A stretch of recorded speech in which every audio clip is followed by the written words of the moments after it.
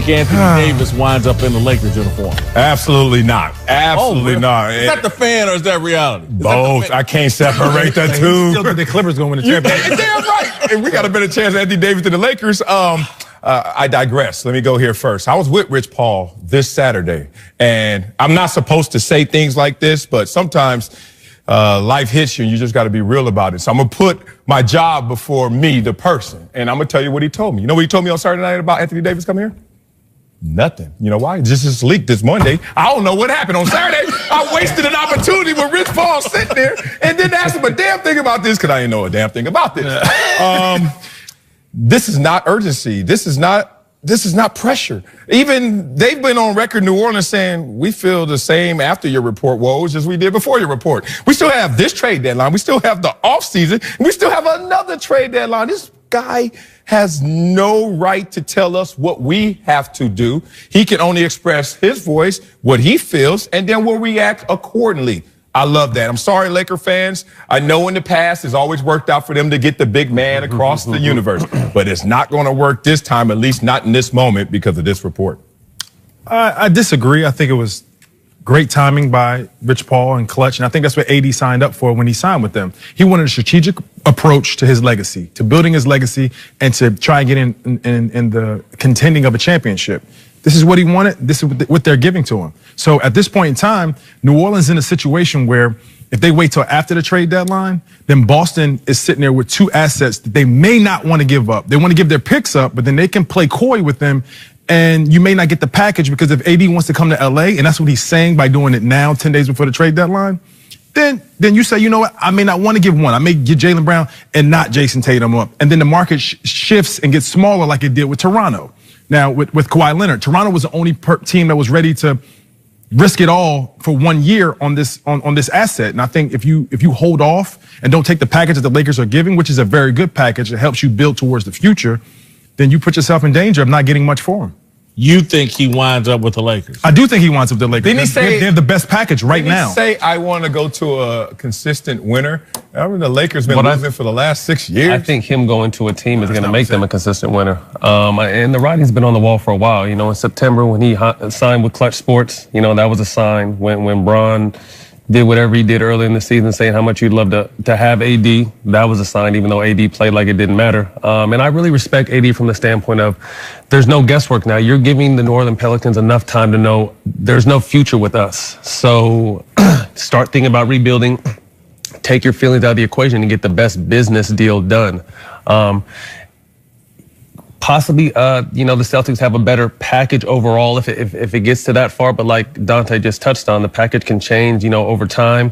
The Lakers are offering some good pieces. If I'm Magic, I'm trying to keep everybody, but I'm trying to get rid of everyone but Kuzma. I would try to keep Kuzma. That'd be a great third option to go with those two.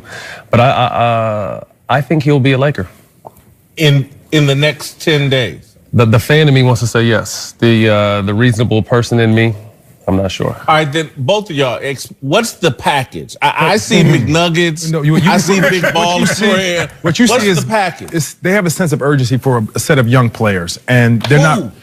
The Lakers put a sense of urgency on them to be ready for the spotlight and to win a championship right now. So Kuzma is at the head of the package. Kuz is something that they're going to want, and I would give it up because Kuz could go and be a max player on the New Orleans Pelicans. Like, he has a future. He can get better. He can do a lot of things for an organization, but it's going to take some time. It's not right now. And the Lakers are in win right now mode. So Kuz is the headliner for the package. I think Zubik is right under him because Zubik is an opportunity to be a player that's included in a package like Marc Gasol. Nobody knew Marc Gasol was going to be prepared to take on a franchise and to win for some years. And Zubik is showing that in stints. He's rebounding the ball well. He's protecting the rim. He can get you a bucket and he make free throws. And he doesn't cause any problems. You know more basketball than me, but is Zubac or Zubik? Zubac. Okay, I'm just making sure. Listen, my pronunciation may be wrong, but you know who I'm talking about. Yeah, I know you're talking about, but I also know you're talking about Kuzma and the rest of them dudes, and that doesn't add up to Anthony Davis. But you're never going to get another Anthony Davis. You have to put together a team, and if you could take Lonzo and pick him your point guard, you'll have Mr. Holiday over there, who's a proven scorer and defender. You'll have Brandon Ingram at your 3. You'll have Kuzma And then you could have a center. You could put together a team rather than having a player dependent on putting pieces in with the way the salary cap is right now and attracting guys there. You'll be able to build like Golden State did, like Boston did, instead of trying to lure people, because you can only lure people when you have a great city and when you have the money. The stars have to align. Marcellus, you do realize, like, to me, because I feel like this whole thing's been orchestrated. Yeah. Zubac just started playing here recently. They've been showcasing him. They've been trying to elevate his trade right. They've been running some of the offense through him to showcase him. But y'all act like JaVale McGee didn't have pneumonia. Like, that's where it came from. He got sick, and then they were like, all right, we're going to put Tyson out there, but we're going to protect him because he is old. And then Zubac, who has shown flashes before, got his chance to shine again. You've seen people that try to do it. Yeah, exactly. Everyone can't do it, even though they feature. He's been able to be featured. Right. He's been able to score. He's been able to do what they ask. He's a big surprise, you know, like I said. So I think you have to organize these pieces and understand you got to take your emotions and your feelings out of it. What can we get? We're losing AD. We're never going to get an AD. AD is a generational player, 25 years old, one of the best bigs in the game. We're not going to get an Anthony Davis. And like Dante touched on, we're not going to lure any big-time free agents to come to New Orleans. No one's going to New Orleans. So you have to do it, trade, and draft. And I think a good, quiet as kept. I mean, Julius Randle, they'll have a whole Lakers team over there if they make this trade happen with the pieces they had before. But they're pieces, you know what I mean? Like I said, other teams are going to be offering stuff, but they have to be very careful not to lure or dangle this out for too long, because you could end up with nothing and him walking away. Yeah, you know what's interesting? If you look at OKC, they ain't get anything in return for KD. You look at the Lakers, Pau Gasol, Dwight Howard. Some organizations, whether you're great, like the Lakers and their locale, they can always attract, or if you're OKC and you're like, we don't necessarily attract all the time. It's through trade, it's through the draft. Some people just take that extreme. You think that this New Orleans team is sitting there saying, we may take that to this extreme. We have another year, another season to go through this. What's the rush in the next 10 days? Well, I just think right now it's going to be a media frenzy, and the people aren't going to be focused. It's going to be AD is talk now. The Super Bowl's in how many days? You know, this is the talk around the world right now. So this is going to continue to happen. If it doesn't happen in this 10 days, as soon as the playoffs get going, it's going to pick up during the finals.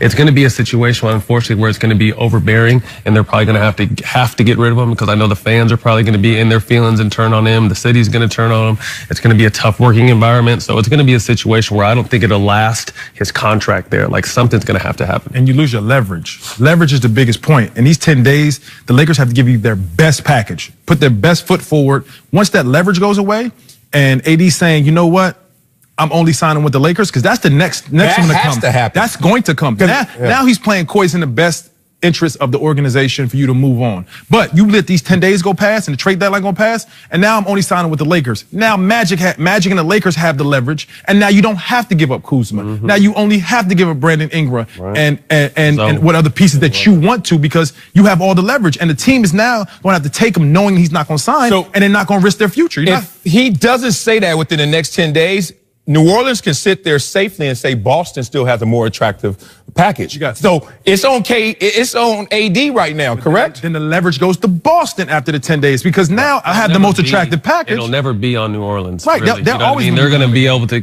understand what package is better, but they're not necessarily going to have the leverage because they know their guy wants to leave. And I think even taking it back to when Bron started buying houses in LA a couple of summers ago. You know, AD bought a house in LA this past summer. AD's always here in the summertime. He likes, like I said, LA is more than basketball. And, you know, for these younger guys, that's what life and what culture is now. New Orleans has been in an uproar ever since the NFC Championship. And I've been saying, like, hey, man, that wasn't a rigged job. That was just a bad call. That was just a bad call, referee errors.